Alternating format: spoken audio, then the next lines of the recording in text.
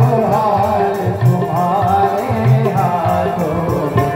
अब सौंप दिया। रोज कहो, आज नहीं सुने हैं ना, कल सुन लेंगे, कल नहीं सुने हैं ना, परसों सुन लेंगे, परसों नहीं सुने हैं ना, नरसों है पक्का सुन लेंगे। रोज कहते रहो, एक बात कहो, रोज कहो। अब सौंप दिया इस जीवन का सब भार तुम्हारे हाथों में। अब सौंप दिया इस जीवन का सब भार तुम्हारे हाथों में। सब भार तुम्हारे हाथों में। सब भार तुम्हारे हाथों में। सब भार तुम्हारे हाथों में।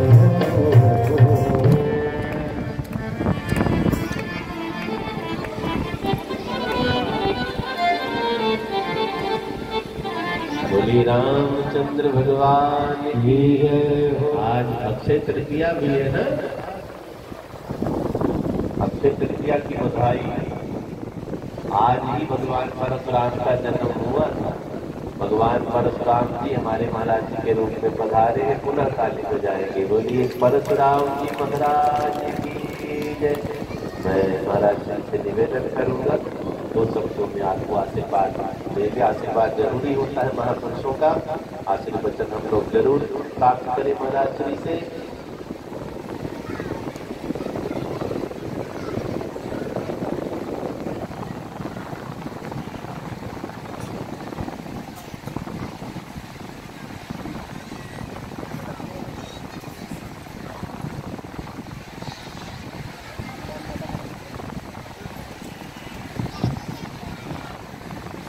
आनंद रूपाय विश्वपत्याय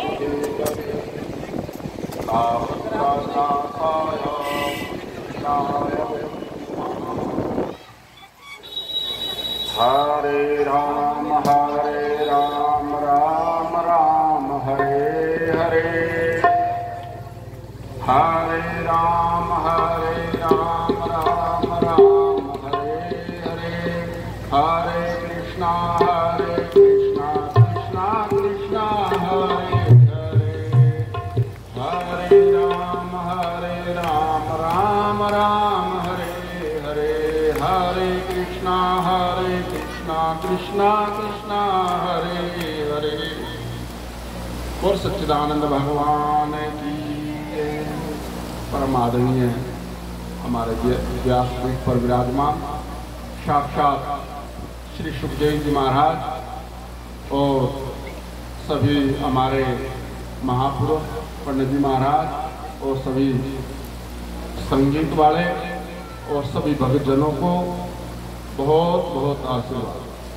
प्रभु की कृपा से आज का जो सत्संग महाराज जी ने किया है ये अक्षय है, क्योंकि अक्षय तृतीया के दिन किया हुआ कोई भी कार्य उसका कोई भी गिनती नहीं है। 100, 50, 1000, लाख, 2 लाख कोई गिनती नहीं है।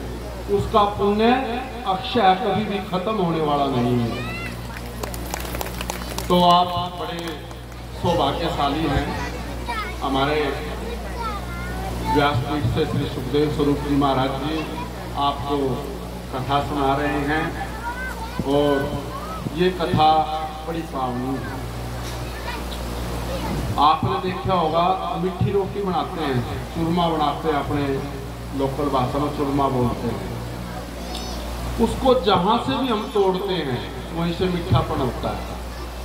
उसी प्रकार से ये श्री राम कथा भागवत सप्ताह ये ऐसा मीठा रसायन है, जहाँ से भी आप इसको ग्रहण करोगे मीठा ही है, उसमें कहीं भी कड़वापन नहीं है, सब हर प्रकार से मीठापन है।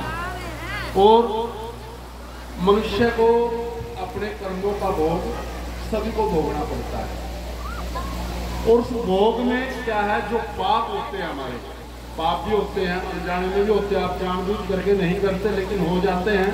आप घर से चल करके आए हैं तो क्या क्या पता कितनी चींटियां हमारे पैर के नीचे जीव आएगा, वो तो पाप है। तो ऐसे पापों के निवारण के लिए, जड़ से मूल समाप्त करने के लिए श्री राम कथा श्रीमद् भागवत सप्ताह ही हमारे ऋषि महर्षियों ने श्री सुखदेव जी महाराज जी ने बताया है।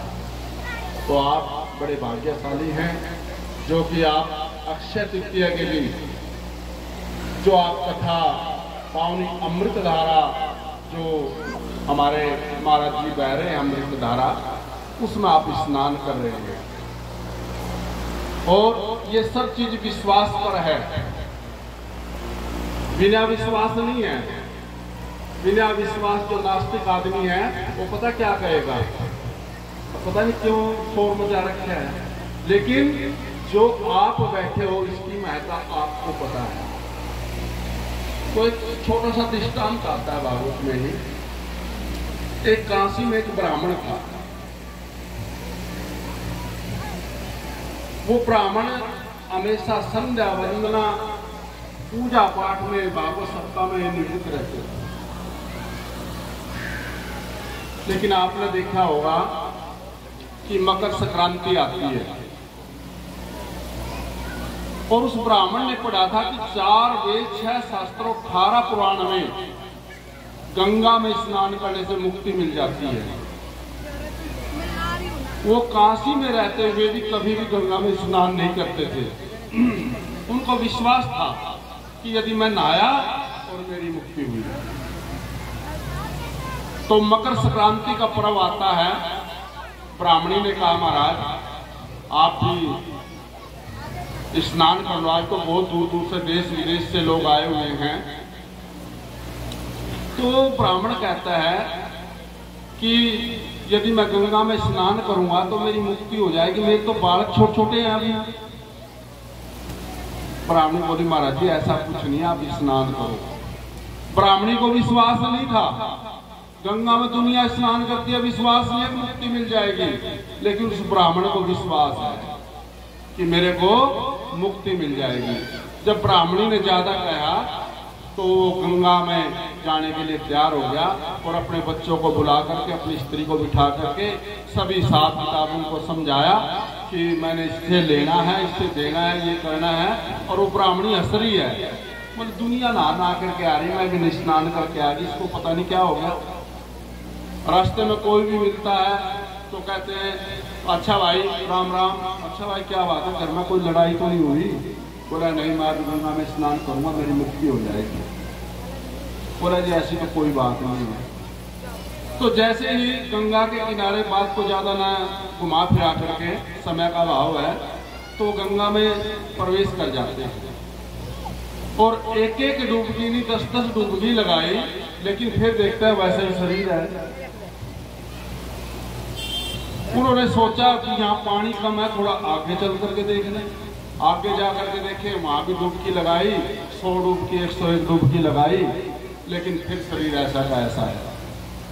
गंगा से बाहर आ जाते हैं और कपड़े डालने लग जाते हैं। उसी समय नारद जी का आगमन हो जाता है। नारद जी बोले ब्राह्मण देवता, ब्राह्मण को देवता, मृतलोक का देवता इसलिए कहा गया है, इसलिए कहा गया है कि जो ब्राह्मण है आपसे पूजा पाठ करवाएगा, आपको भगवान की विशेषता बताएगा। आप भागवत सप्ताह सुन रहे हैं, भागवत सप्ताह में आपको हर प्रकार का अनुसरण करवाएंगे। और इस भागवत सप्ताह का एक फायदा और है, यदि आप यहाँ बैठ करके और ऐसे सुन करके गर्दन डुला करके चले गए तो कोई फायदा नहीं है। इसको घर पर जाकर के मनन करना ही फायदा है। यदि आप मनन करोगे, विचार करोगे, जो महाराज जी ने बताया उसका अनुसरण करोगे तो आपको इसका फायदा मिलेगा। यदि आप उसका, महाराज जी कहते हैं सुबह 4 बजे उठो, फिर पूजा पाठ को जो विधि बताते हैं, सारी भागवत में विधि बताते हैं, तो यदि हम उन पर चलेंगे तभी तो हमारे को फायदा मिलेगा। अन्यथा तो वैसे के वैसे ही हम यहाँ आने से हमारे को बदलाव होना चाहिए। यहाँ हम आ गए तो हमारा बदलाव निश्चित है। तो नारद जी का आगमन हो जाता है। ब्राह्मण से कहते हैं ब्राह्मण देवता इतने खिन क्यों हुआ आप? बस गुस्से में थे ब्राह्मण, क्योंकि ब्राह्मण हमेशा ब्रह्म के मुख में अग्नि का वास होता है। और ये हमेशा क्रोधित होते हैं, जैसे दुर्वासा जी भी हैं। तो कहते हैं नारद जी मेरी आंखों से आप वो जल हो जाओ। बोला जी क्या बात हुई नारद जी? बहुत मतलब मनन करने के बाद कहते हैं कि मैंने 4 वेद 6 शास्त्र और 18 पुराण में पढ़ा है कि गंगा में स्नान करने से मुक्ति हो जाती है, लेकिन मेरी मुक्ति नहीं हुई। तो ये विचार करके नारद जी कहते थोड़ी सी दूर पर मेरे पिताजी का आश्रम, ब्रह्मा का आश्रम है, वहां पर चलते हैं। तो ब्रह्मा जी के पास जाते हैं। ब्रह्मा जी जो है अतिथि सत्कार करने के लिए कहते हैं, लेकिन कोई अतिथि सत्कार वो ब्राह्मण नहीं लेता। वो कहते हैं जब तक मेरे प्रश्न का उत्तर नहीं मिल जाता तब तक मैं जल ग्रहण नहीं करूंगा। तो ब्रह्मा जी ने पूछा पहले आप अपना प्रश्न बताइए। बोला जी ये बताओ 4 वेद 6 शास्त्र 18 पुराण सच है कि झूठ है? बोला बिल्कुल सत्य है। तो सभी में लिखा है कि गंगा में स्नान करने से मुक्ति मिल जाती है। तो मैंने एक 101 डुबकी लगाई, मेरे को मुक्ति नहीं मिली। और माँ जी ने सोचा कि क्या बताएं, थोड़ी सी दूर पर जो है शंकर भगवान जी का कैलाश आश्रम है, चलो वहीं पर चलते वहीं पूछ लेते हैं, यही बात वहाँ पर करते हैं। तो शंकर जी भी कहते हैं कि जिसके मुख से ये वेद शास्त्र पुराण निकले हैं श्री लक्ष्मी नारायण भगवान से, हम उन्हीं की शरण में चलते हैं। अब ब्रह्मा, नारद, ब्राह्मण जो है और शंकर भगवान सारे विष्णु लोग को जाते हैं। वहाँ जाकर के वही विष्णु भगवान भी जो कोई कितना बड़ा आदमी किसी के दरवाजे पर जाता है तो आकर सत्कार करता है। तो सत्कार के लिए कहते हो कहेंगे अभी तो कुछ नहीं लेंगे, इन ब्राह्मण देवता का एक प्रश्न है, जब तक ये उत्तर नहीं मिल जाता तब तक अन्न जल कुछ ग्रहण नहीं करेंगे। बोला जी प्रश्न बताओ। बोला 4 वेद 6 शास्त्र 18 पुराण सच है कि झूठ है? बोला बिल्कुल सच है, हमारे मुख से निकले हुए हैं।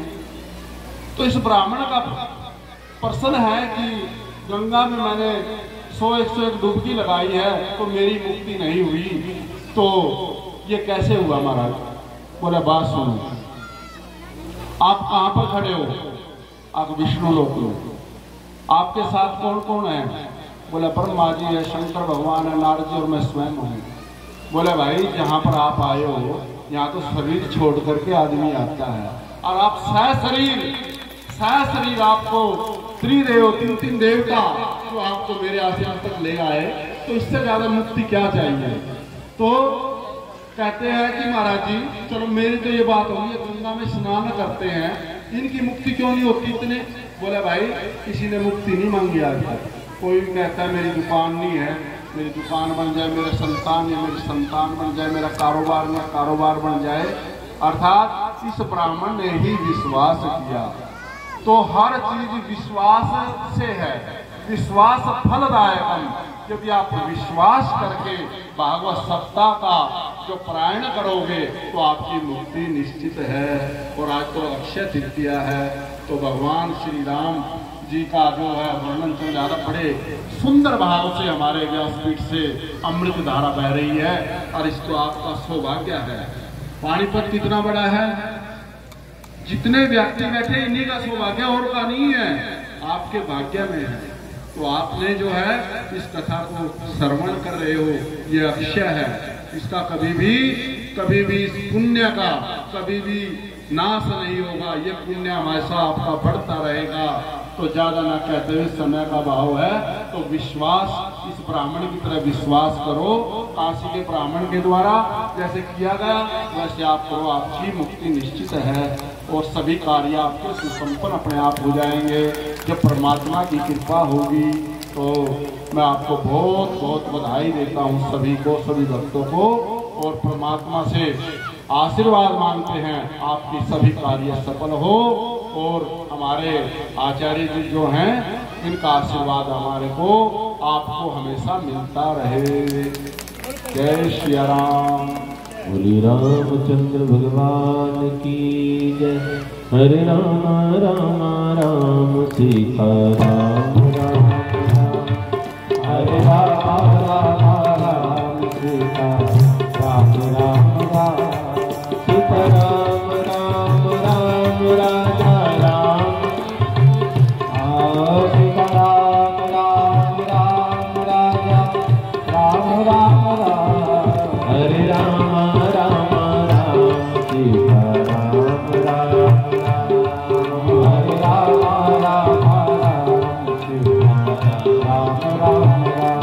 राजा राम राम राम राजा राम राम रामचंद्र भगवान की जय हो। हम सबने दिव्य वाणी श्रवण करी है, कथा में प्रवेश करते हैं। विश्वामित्र जी ने यज्ञ प्रारंभ किया है, आहुति पड़ने लग जाती है। पहरेदार जबरदस्त है, अब निडर हो गए हैं। सूफी संत ने कहा जिस दीपक की जमानत हमामों ने ले ली हो उसे कोई बुझा नहीं सकता। पहरेदारी भगवान ने ले ली तो कोई मार सकता है? मारने वाला है भगवान, बचाने वाला है भगवान। जातो राते साइया मार सके ना कोई, माल न बाका कर सके, चाहे सब जग बैरी, सीम को चाँप सके को कासु, बड़ रखवार रमा पर। जब तक पहरेदारी संसार के हाथों में तब तक हम निडर नहीं हैं, निश्चित नहीं हो पाओगे। जब पहरेदारी भगवान ने स्वीकार कर ली है एकदम निश्चित हो जाओ। जब आप पक्के भगत बन जाओगे तो अमीरी गरीबी व्यवस्था है। भक्त कहता है मैं अमीर कब बनूंगा, जब तू मिल जाएगा मुझे और अमीरी धन दौलत से खाने को अन्न नहीं है ना। गरीब ना मानना, भक्ति है सबसे अमीर हो। पहनने को ठीक ठाक कपड़ा नहीं है ना, भक्ति है सबसे अमीर हो। सकल भुवन मध्य निर्धनास्ते धन्या निवसत हृदय